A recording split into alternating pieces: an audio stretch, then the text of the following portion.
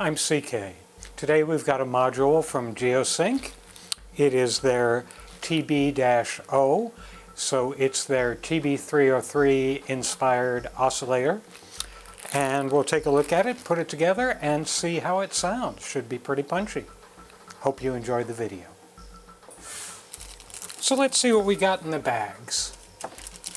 Got the parts and the circuit board and front panel. We'll look at that first.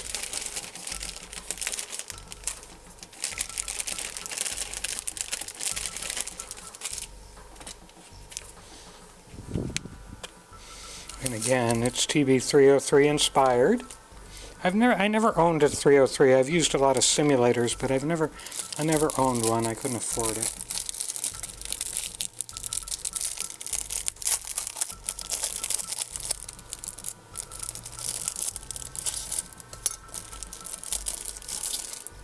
Look at the circuit boards in a second. We'll look at the panel first. VCO, tune, frequency modulation, CV, manual pulse width modulation, CV, pulse width and PWM, volts per octave, PWM, frequency mod, and then 4 outputs, saw wave, square wave, triangle wave, and sharp rise and kind of a tailing decay wave. I don't know what I'm going to call that. Let's look at the circuit boards. Oh, they did that. I've done one other module from Geosync. It didn't work, so I didn't post the video because I don't know whether it was them or me. So pot. Oh no, I'm sorry. Yeah, pot.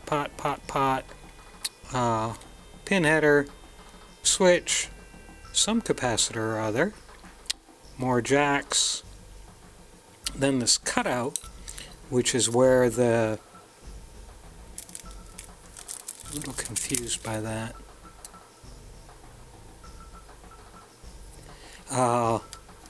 cutout where the, goes like that. I don't know why, but we'll figure that out when we come to it. And on the board, main board, we've got a whole bunch of resistors, whole bunch of transistors, because of course again, TB, transistor base. Then the power connector down here. A couple of electrolytics that we're going to want to lay over on their sides. A 074 op amp there. 6562, I don't know what that is. I'll look that up. There's another one. Figure that out. Static sensitive devices, not to be handled by unauthorized personnel. I think I'm authorized.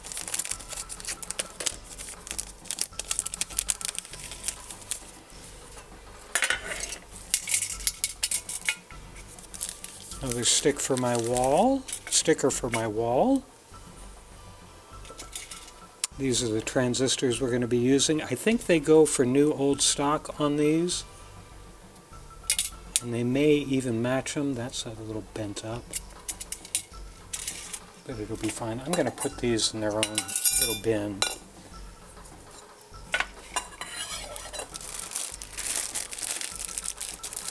Now look at the other stuff in here. It's in all little bags. That's okay. Got the op amps, LM358 and an LO5 power regulator. Electro and ceramic and polyester caps. Temperature compensating resistors. A couple of diodes. More resistors.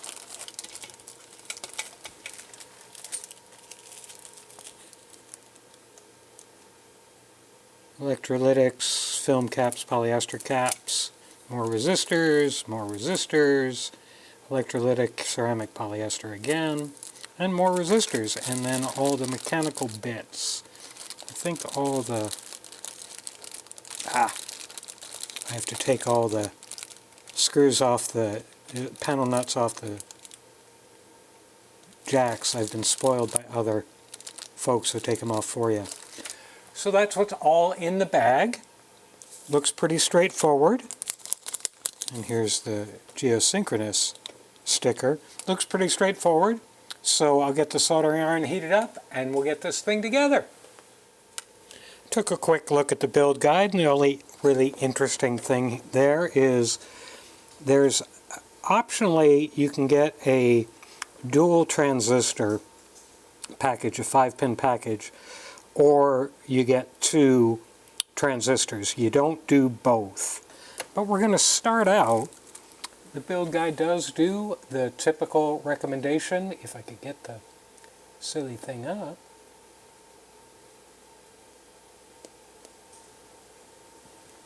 We're going to do all the diodes and then the resistors. We'll do the diodes first. Let me grab a piece of solder while I'm sitting here waiting. I mean, I'm waiting for me, not waiting for anybody else, so I don't really understand why I am waiting.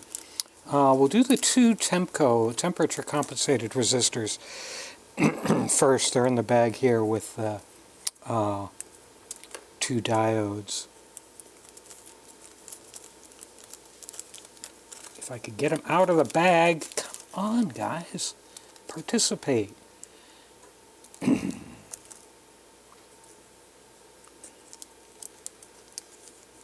they're going to go in R100A and R100B.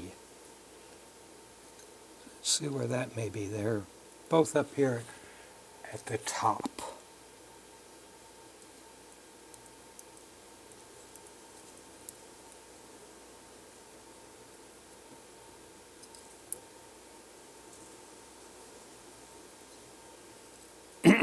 I will even put them so the value stripes both face the same way. Aren't I conscientious? And the 4148 diode is at D25. There's D1, there's D2. Those would be for the power conditioning diodes. So D25, there it is. I thought it might be up here. Black stripe to the white stripe on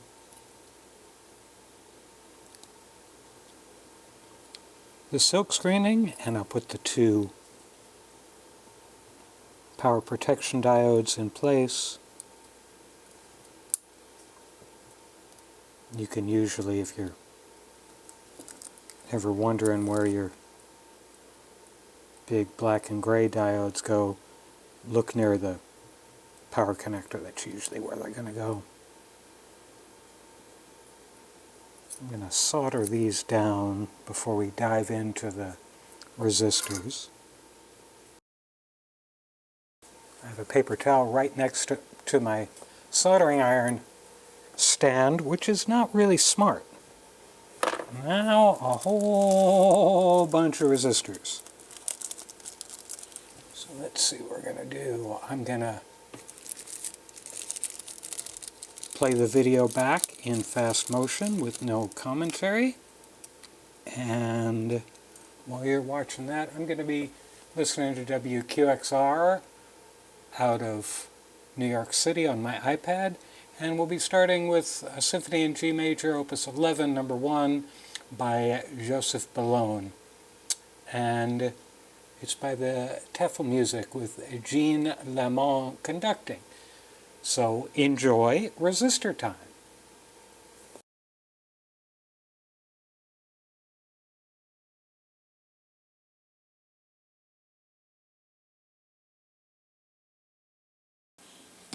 So that's all the resistors. I do want to note that resistor 400 is on the knobs and jacks board. So if you're searching for it, that's where it is. Let's see what the build guide says next. Okay, we'll do, the build guide recommends doing the IC sockets next, and I see no reason not to do that. What I'm doing here, here we are. They're the precision type, the round pin and round hole IC sockets. I'm not a huge, I prefer the rectangular ones myself, but that's just personal preference. I have no particular intellectual reason for that decision. So instead of a notch, he's got a dot here for the 6562.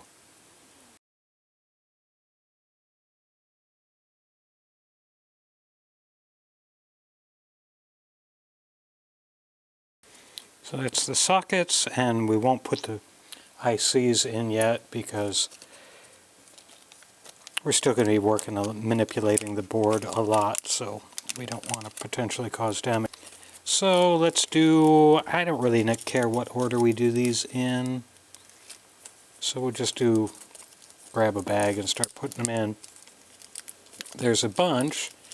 Now there are some that are like this one right here, this black electrolytic in the 50 volt, and I don't know, it's a 0.33 microfarad. This is bipolar. In other words, it can go in either way, so you don't have to worry about that. It's one of the few oh,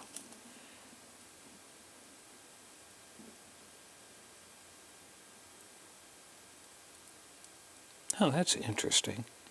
It's listed as, it's CO2, which goes right here, but all the capacitors are lay down, and I just thought this was a little small to be a lay down, but I'll lay it down flat. Doesn't hurt anything to lay it down flat. In fact, even though it does make it a little more difficult to stay in place, so I will just solder that while I'm here. And on the back of the board, I missed this when we were putting this together. Shout out to all the adventurers orbiting beyond the ultra world. Orbist.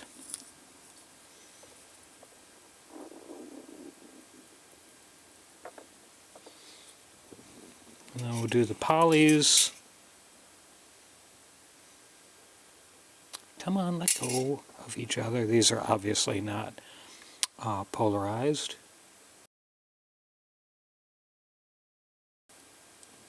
We got a 103, probably a decoupling cap. Let me see where it's going.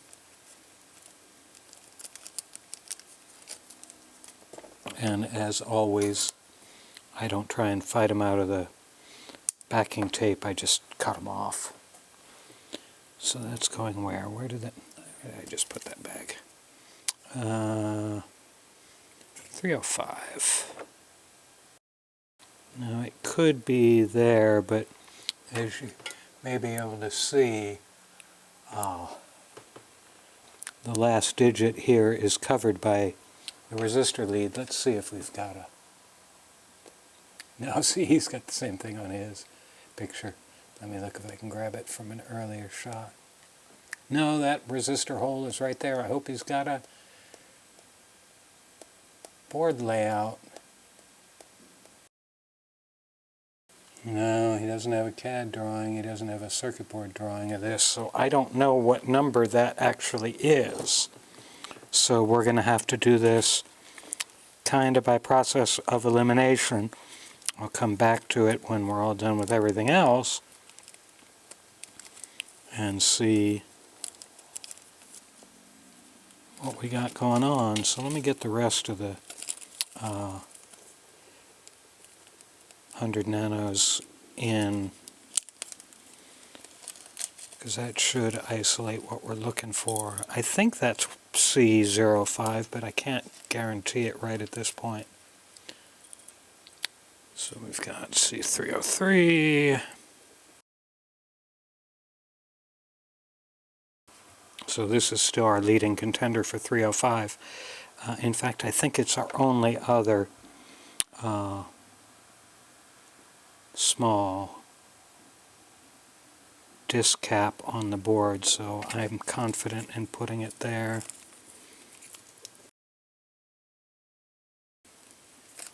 We'll do these 1 microfarad C11,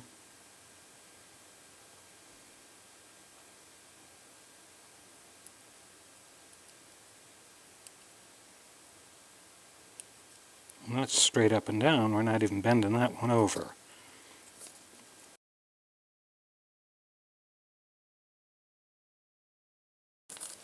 And one more bag of caps. Another one. Got the little assembly bends in the leads, and I got to straighten them out.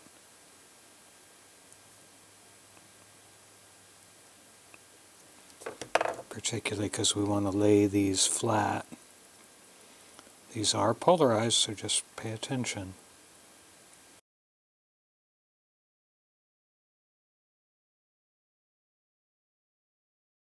Oh, these did lie down. Gosh, I'm such an idiot. These did lie down.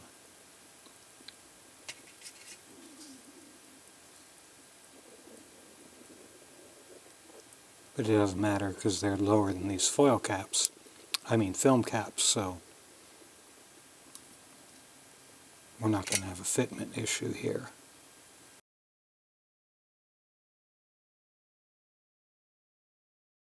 Now we'll do the transistors. So this gets a little complicated. So first we have one marked Q8 that he definitely wants us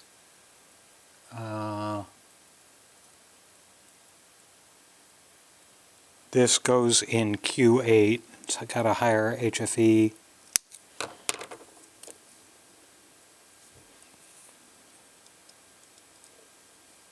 Get that in so we don't make a mistake with that one.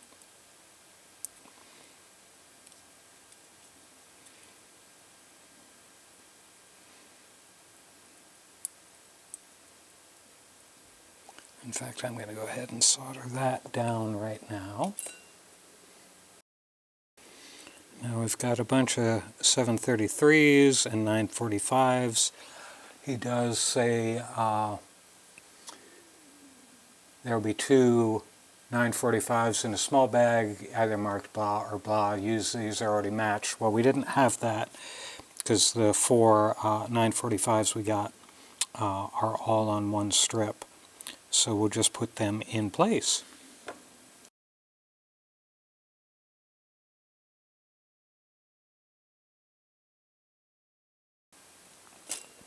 Now we got some 733s lying around, and we've got this K118, and he does not mention that. So I don't know where that goes. It might go here, but I will look on the bill of materials for that. But first I'll put the 733s in. Power regulator. And the only other 3-pin position is Q28. Oh, there it is. It's the part number's way at the end. It's not in the standard part number position. By the way, this creates base saw core shape, should be the -O variant. Getter harder to find, but the 118 is identical, just in a smaller package. And that is a tiny package, isn't it?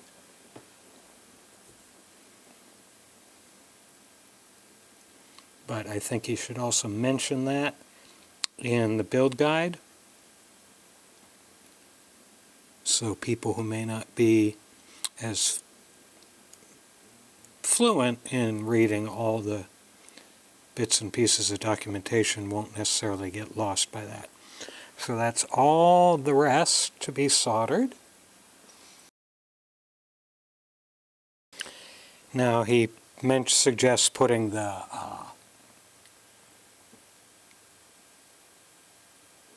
ICs in their sockets now. I'm not going to, because I'm still working on the board. So we'll put the two trimmers on. And the connector.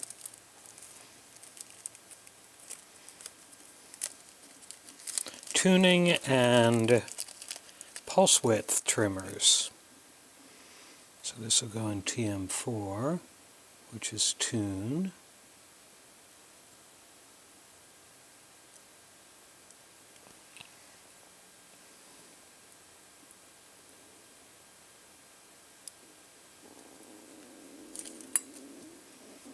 That's 100K for tune, so you got lots to play with.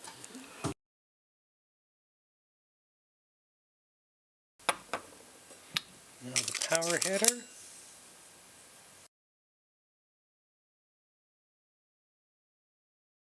Now we'll do the pin headers. Let's see how we want to do this.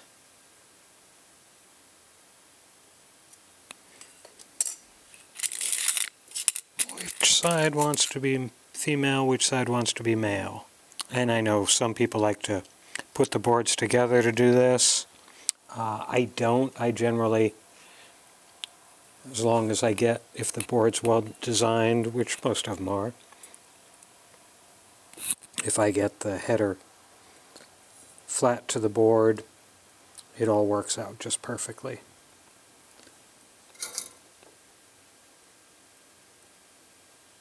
So again, just one pin at a time.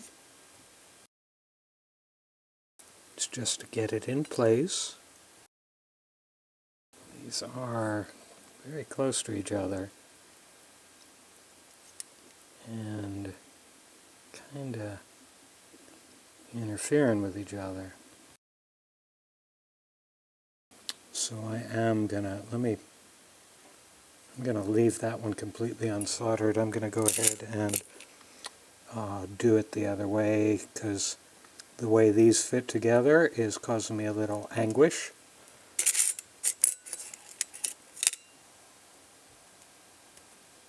So I'm gonna put the headers in when everything's not soldered yet. And if I'm gonna do this, I'm gonna go ahead and put the standoffs into, and well, no, I'm not. No, never mind. I don't really need to do that. I was overthinking it a little bit. But I'm going to swap female for male on this end.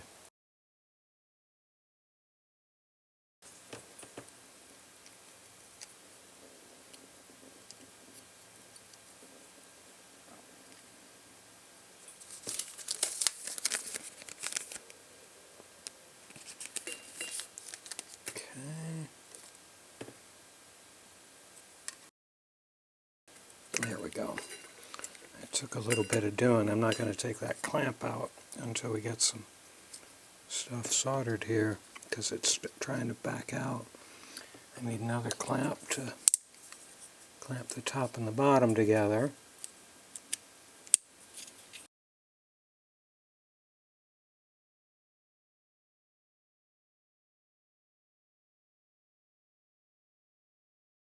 Okay. Kind of brute force that all together, and I got to take it back apart since I'm going to have to solder all this stuff. But I think it'll go back together just fine now that we've got it all forced into place. Now we can put the ICs in, and then we'll move over to the pots board in a little bit. Okay, so that's the voice board all done, and I'm done for the evening because the cats are banging at the door saying they want to get fed. So I'll go do that.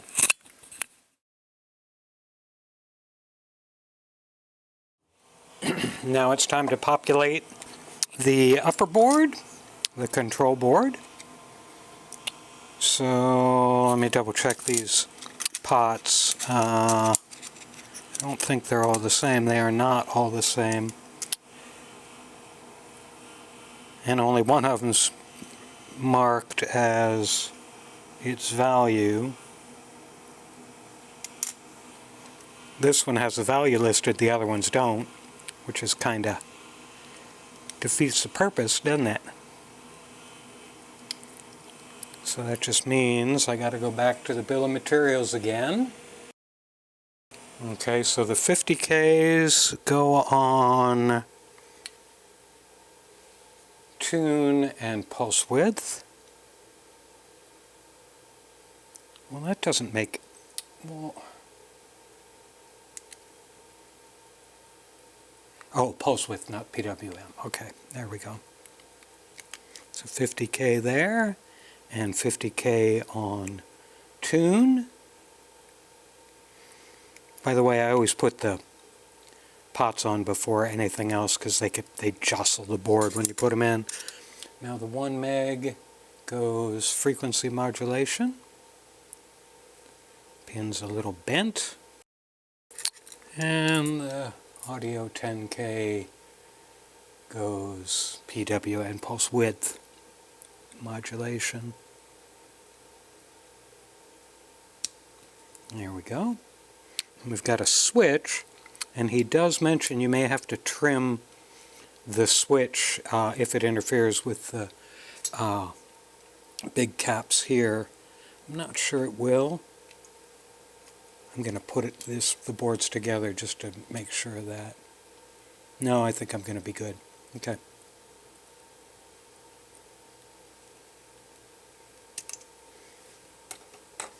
And now the jacks. Let's grab the front panel and line everything up.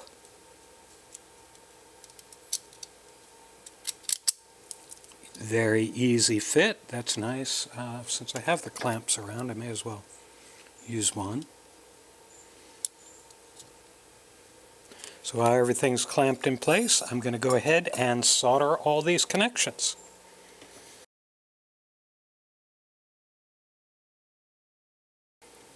Okay, that's all of that, and I think I can turn the soldering iron off for this kit. Now, I have a choice here. I don't know whether I can get the standoffs in. I should have put them in before, but I didn't because I'm lazy.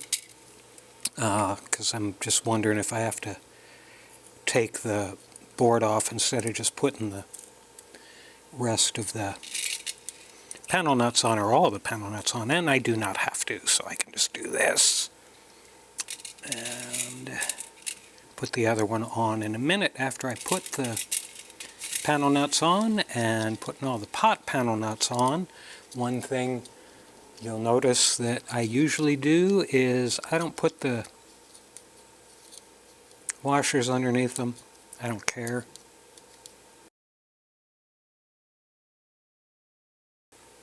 Now we'll put the other standoff on.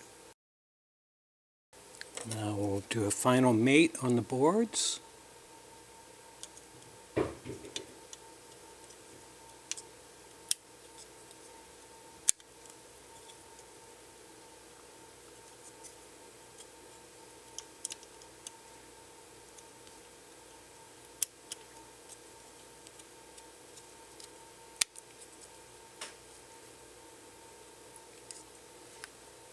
Put the other standoff screws in. Well, that standoff screw's not going in. Fortunately, I don't really care. The only thing I do worry about is this screw is really close to those solder traces, and I want to see if they're grounding to each other. Do my continuity test here. Yeah, they are. Well, that's no good.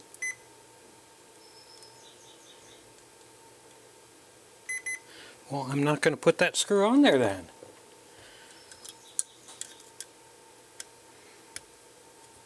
I'm just going to have to go without it. Let me double check this, just with it backed off.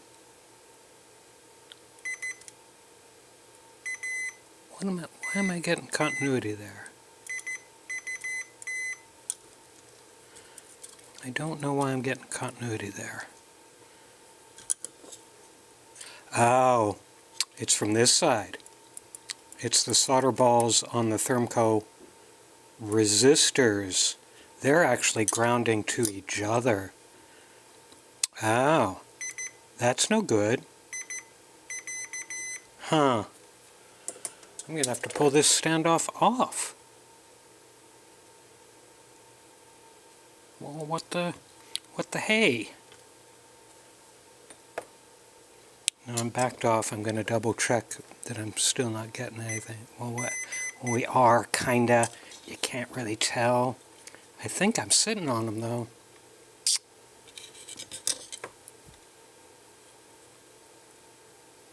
Yeah, I'm definitely sitting on them. Well, that's no good. I'm going to take this standoff off. Fortunately, since I only have these units in my studio, I don't have to worry about a whole bunch of vibration and so on. But that's no good.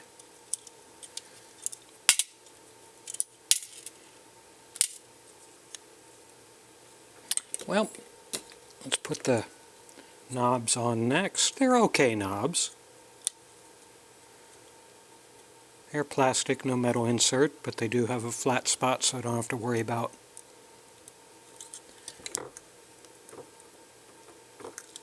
getting the indexing to match up.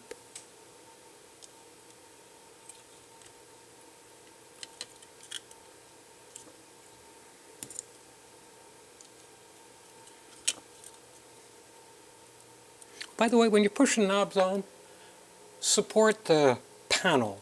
Don't hold the back, because you'll be pushing on all the connections and so on.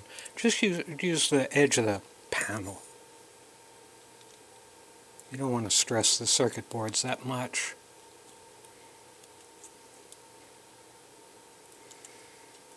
And put the power cable in for final. And double checking, we've got negative 12 volt, the red line there. Ouch, bit my finger. And there we go. There's the front. This is the side. The back. Other side. Top. And the bottom. Now, we'll put it in the rack and hear how it sounds. Okay, let's get this show on the road. There's no LEDs on this, so we'll just fire it up. See if any smoke comes out. No smoke comes out. That's a good thing. And if you'll, I'm going to bring up the scope. Let me reset that to auto.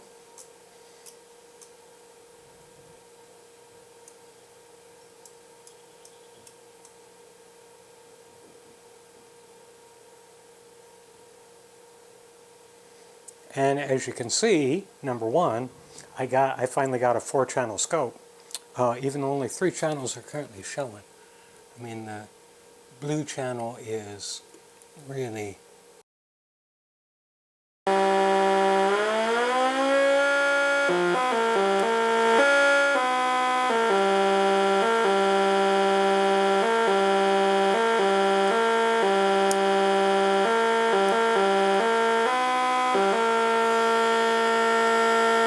go to the kind of humpy wave.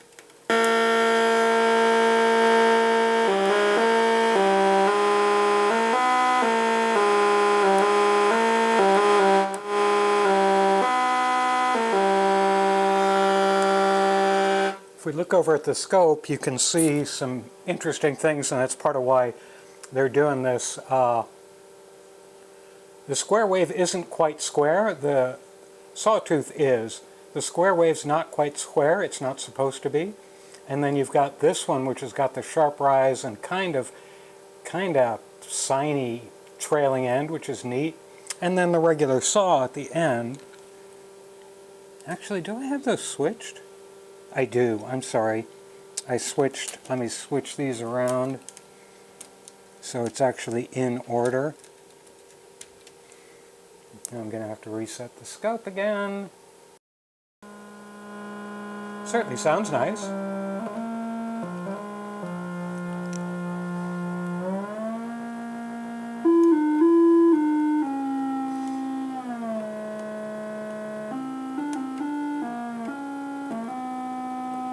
I'm going to go ahead and put some LFO into pulse width.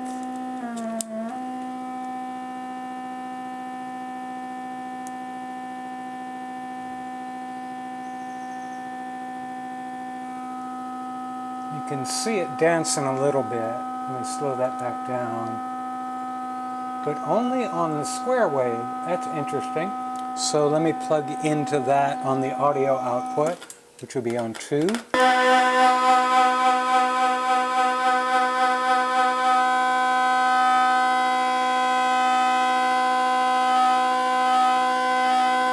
I'm going to take a different wave into it.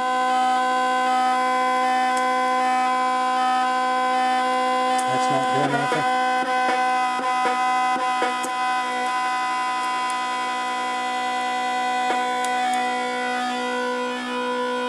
You can see it pulsing. It's kind of neat. I'm going to take it into frequency modulation.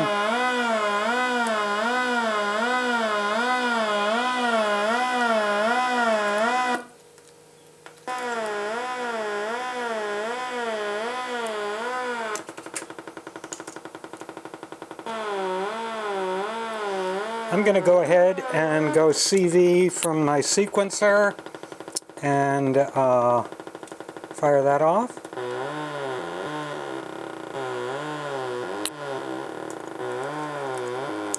Now I'm going to switch this around. I'm going to come off.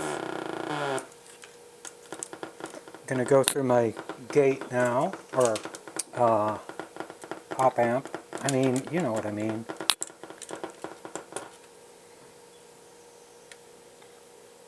I'm going to come off my VCA, that's what I meant.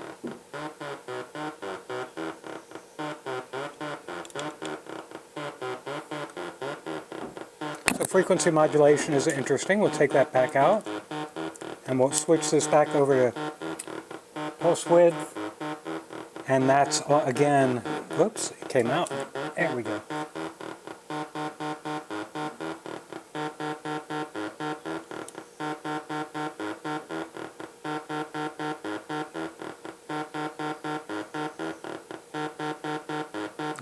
Plug this, where the heck am I? I'm going to plug this back into number 2.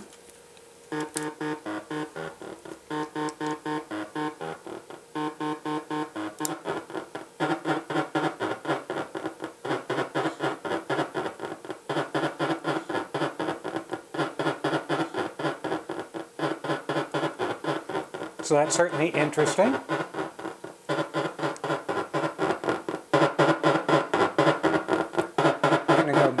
To the end one.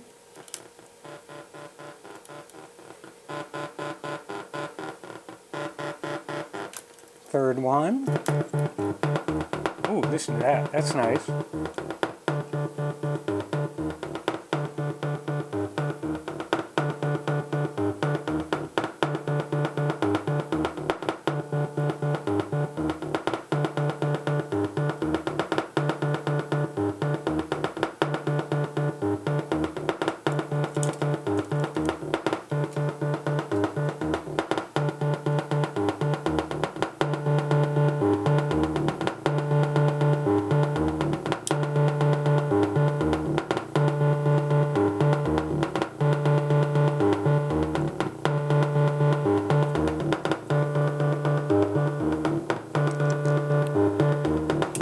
See how fast we can go.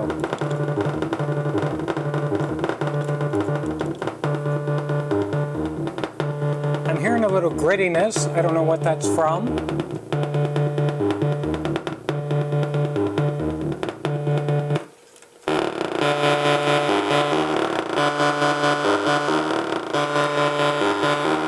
Grittiness is not shown up there.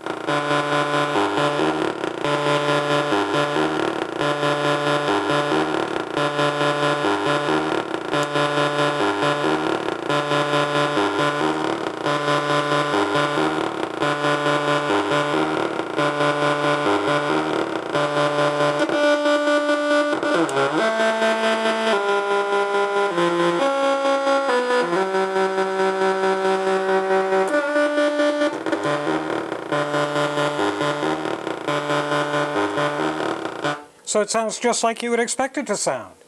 It's all growly and gritty, and it's got some good thump to it. And having all 4 waveforms coming out at the same time is really, really good. I don't have a mixer on board, so I can't mix them together, but definitely a good unit.